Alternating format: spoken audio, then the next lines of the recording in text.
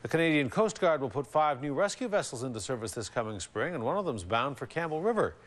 A new boat sounds like a good idea to most of us, but the man who helped establish the Campbell River Coast Guard station says this is a decision that could actually cost lives. Gord Kurbis has the story.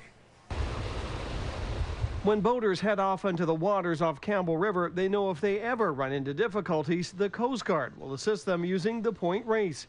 But soon this vessel will be replaced with a newer, much smaller one. It's just ludicrous, and I don't know who back in Ottawa doesn't know the pointy end from the back stern end, but he should be fired.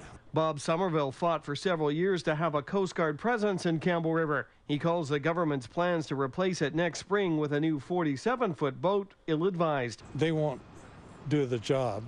They don't have the endurance. You need at least 500-mile capability, and 200-mile capability of a 47-footer just doesn't cut it.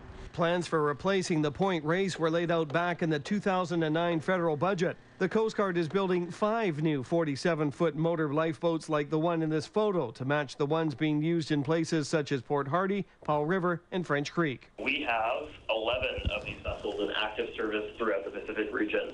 They were first introduced in 1998.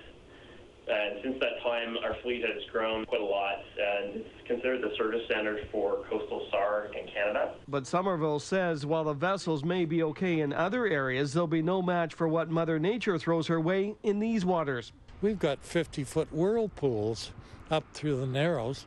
We've got current 16 to 18 knots at times. In the time it's been stationed here, Somerville says this vessel has been responsible for saving nearly 14,000 lives. He's afraid to think what's going to happen if it's replaced with something that can't do the job. Somerville has written to the Minister of Fisheries and Oceans hoping she can do something about the decision. He's also calling on everyone who's ever been assisted by the point race to fight the change as well. To reinforce the position that they're alive today and have been assisted today by these boats, and we should keep them. Unless the decision is reversed, the new vessel should motor into the area in the spring of next year. In Campbell River, Gord Kurbis, A News.